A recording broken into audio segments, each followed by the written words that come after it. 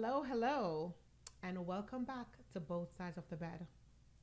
I'm your host, Kamisha Salmon, and I am so grateful you're tuning in for another honest conversation because around here, we unpack the stuff people don't always say out loud. Before we dive in, let me remind you I am not a therapist, I am not a life coach. I'm just someone who believes in the power of real stories, lived experiences, and conversations that challenges us to grow, heal, and see things differently. Everything shared here is for awareness, not advice. So take what resonates and leave what doesn't. Now, today's episode is very special and it's for all parents, caregivers, partners, and nurturers, especially the ones who are showing up for everyone else while secretly running on fumes. Our topic today: the emotional load of showing up when you're running on empty.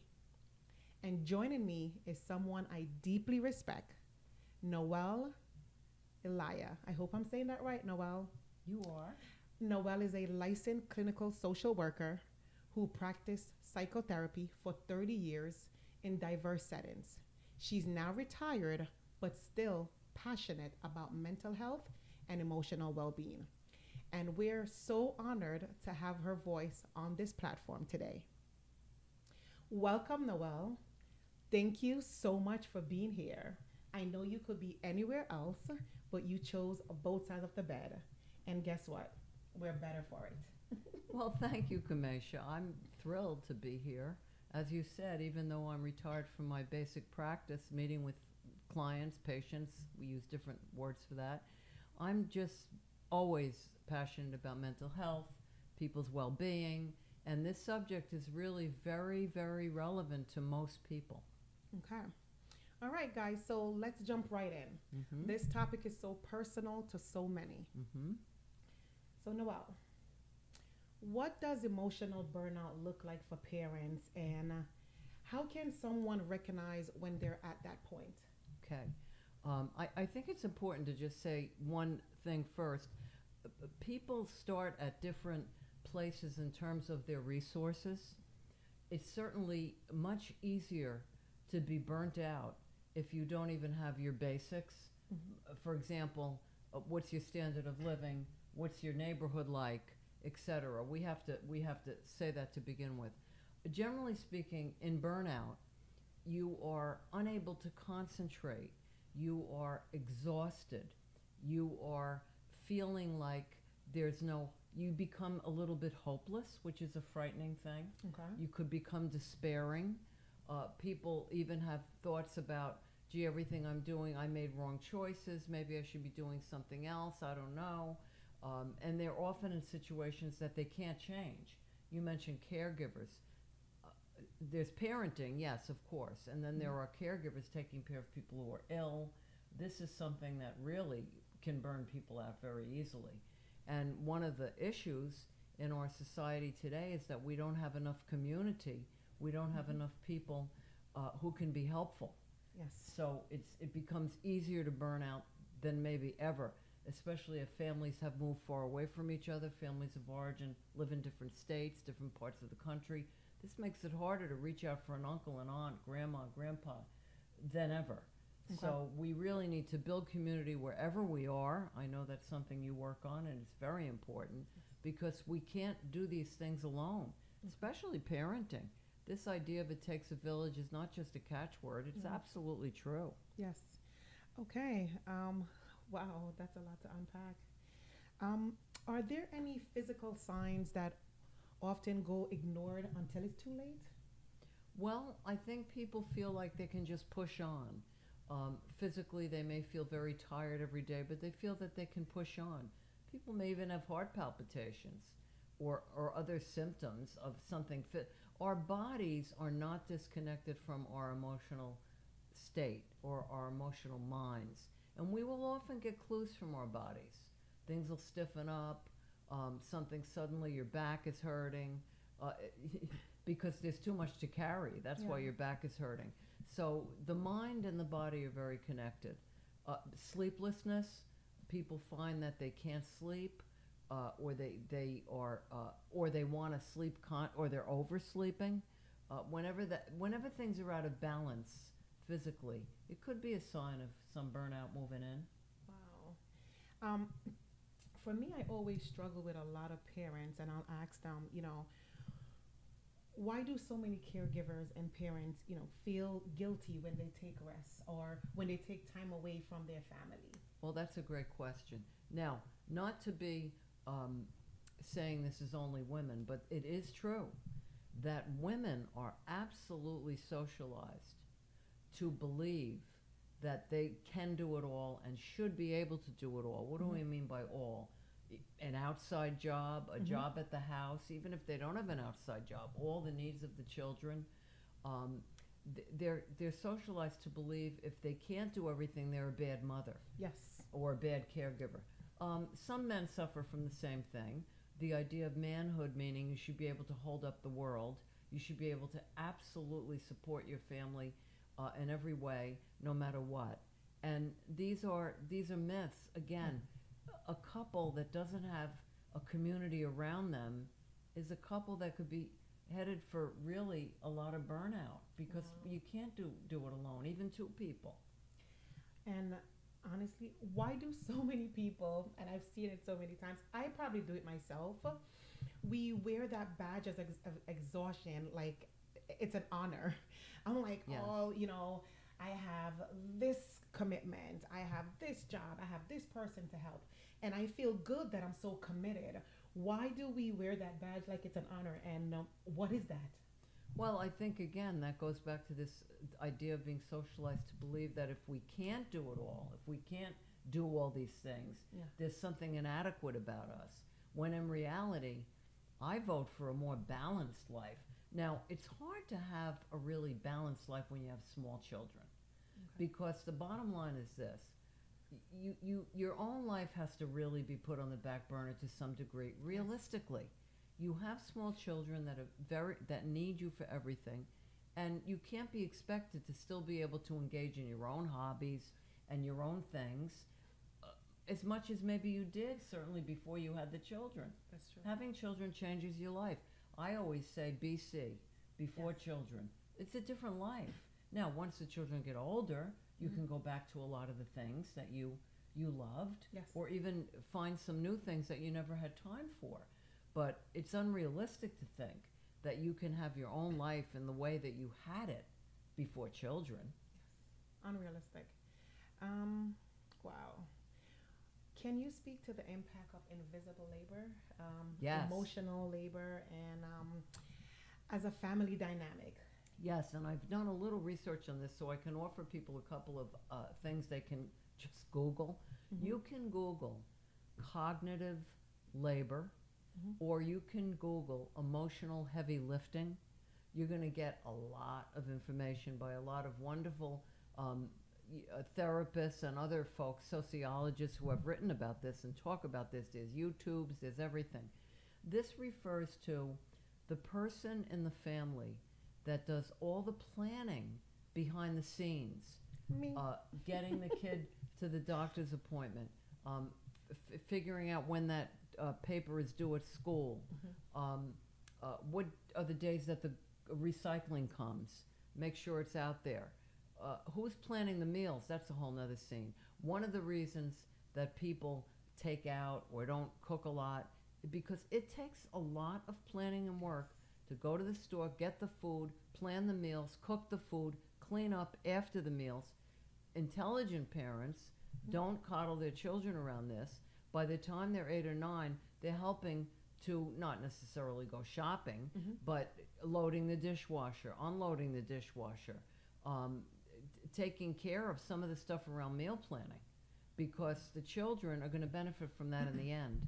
And invisible labor and cognitive labor refers to all those things. For example, in some families, this is very common. It's typical, but it's common, so I'm going to bring it up. The father might say, more than the mom. I want the kids to be involved in sports. Okay. That means if you want little Johnny to be involved in baseball, you find out where the teams are, you sign him up, you see if you like the coach, you get him to the games, you make sure he has the cleats or whatever else he needs, not just going to the game.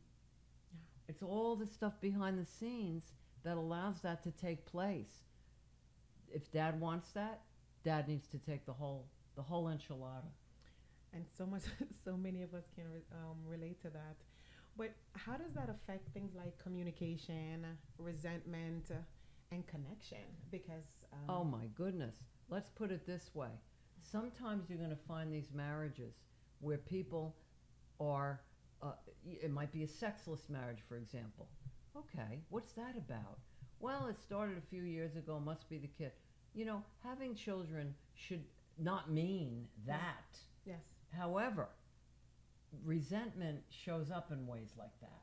okay, It shows up around in the bedroom. It shows up in, gee, I'm just too tired to really talk, so I'm just going to watch some TV.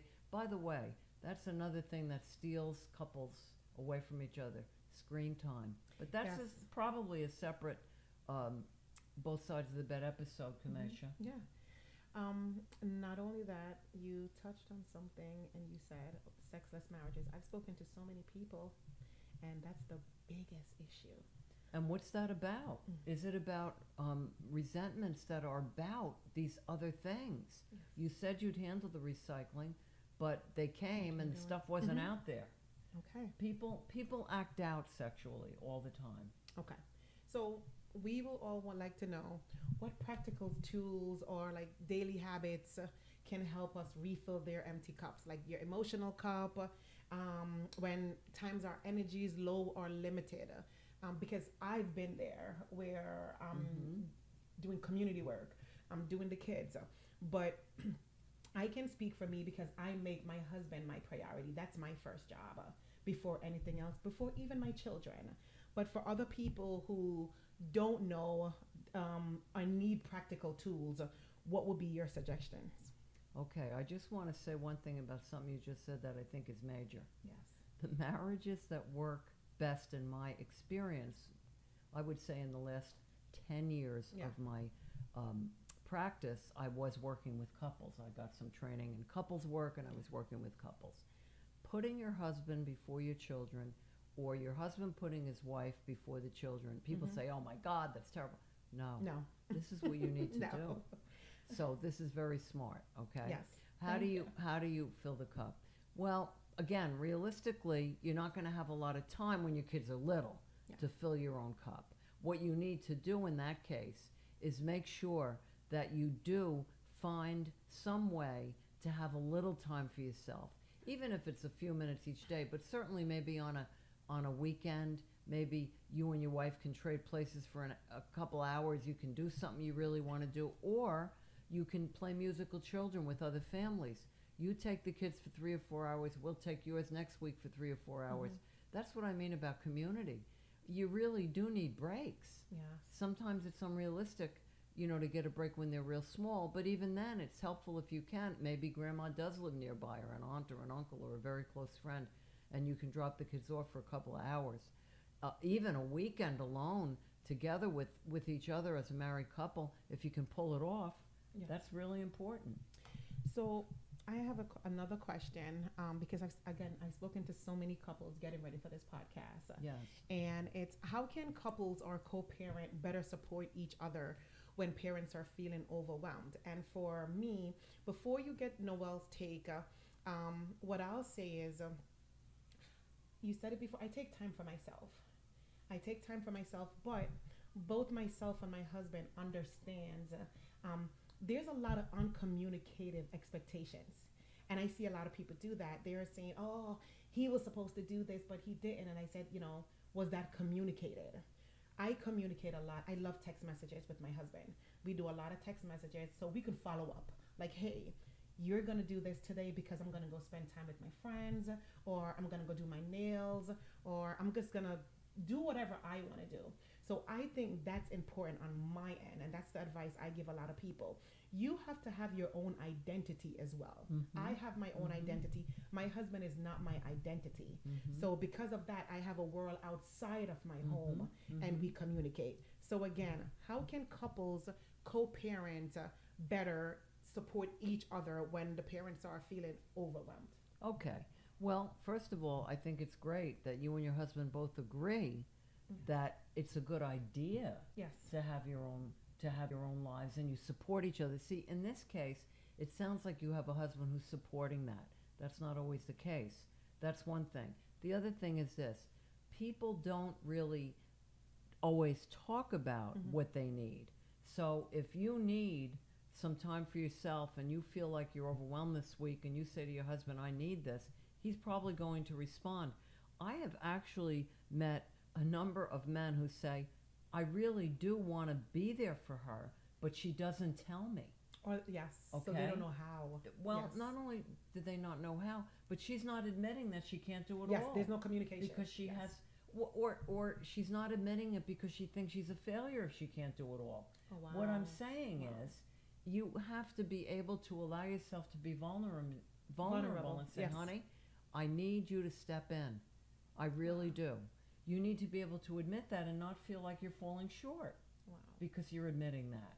Okay. Because when you do, in many cases, your partner is going to step up. Yes. But if you don't tell them and then you accuse them of not stepping up, I've seen that too much. And it will turn ugly with that situation. That's not, it's not fair. You don't tell the person, but then you want them to read your mind. A lot of that goes on, a lot of mind reading, which is not fair. And I call it uncommunicated expectations. Yeah, that's right. That's right. what I call it. Wow. So Noelle, what should people not say, or basically not say, but not do to, when you're trying to help someone who's burnt out? Because I feel like when you're burnt out, you're at the end. You're there. And the least thing someone says or your partner says could trigger you. It's like you're having a long day at work and then you come home and your husband is burnt out, but he forgot to take the trash out. And all of a sudden, as he walks in the door, it's you forgot to take the trash out. How can that situation be better served, both couples, when they're both burnt out? Wow. How can the communication, because I feel like at that point it's very intense and we're both high. Well, see, now you're talking about needing to actually prevent being burnt out, because Yes. if both people are burnt out, you're not going to communicate. Okay. You're just not. It's just fire. It's just we're going at each other. You're not Wow. going to. And we don't want to So get there. you want to avoid getting to that place, Okay. because when you're at that place, both people are in a non-relational emotional state, Okay. because you're just trying to survive. And how can we try not to get there? What are the signs we Oh, can say, you know what? Well, along the way, you're saying, along the way, wow, I need a break. And you're telling your husband that. Yes. Or you're telling a friend. The other thing is there's single parents Yes. who don't have a partner to tell. They better have a strong support network of other friends that they can say, hey, please, I need help. And sometimes, when you say, I need help, I'm feeling overwhelmed, I'm feeling burnt out, the friend that comes over with a tray of lasagna is the Yes. friend you need. And that's going to be another topic of us talking about friends. Yeah. The I mean, you dynamics need of the friend who friends. says, not, I hope you feel better tomorrow, and not only, hey, what can I do? Because you're more likely to say, oh, don't worry about it, I'll be okay. Or you're more likely to say, oh, nothing, I can't think of anything. You know what? The friend that says, I'm bringing food over, or the friend that Yes. says, hey, I'm going to take the kids to Playland. Yes. That gives That's you a break. That's a yes. good friend. Yes. The friend who just does something. Yes. The one that shows up. Yes. Not a lot To of do us have something. friends that show up. Well, that's another subject matter. Yes. How to have friends that show up. Ooh, okay. This conversation was needed. Thank you, Noelle, for giving us language for things many people carry in silence. But before we close, Yes. is there one message or reminder you love to leave with parents or caregivers who are emotionally tapped out right now?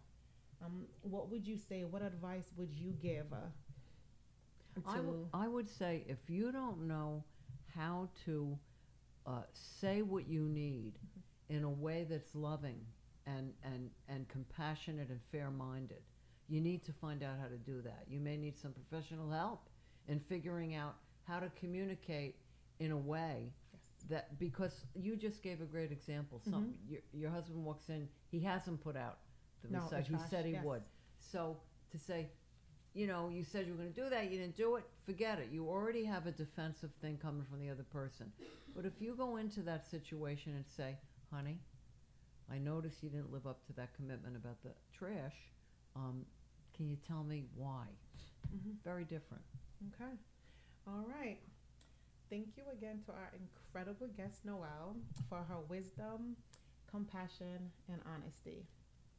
Thank you. Yes, and to you, our listeners, if you're walking through life with a heavy heart, tired hands, please know you're not failing. You're just human. We're all human.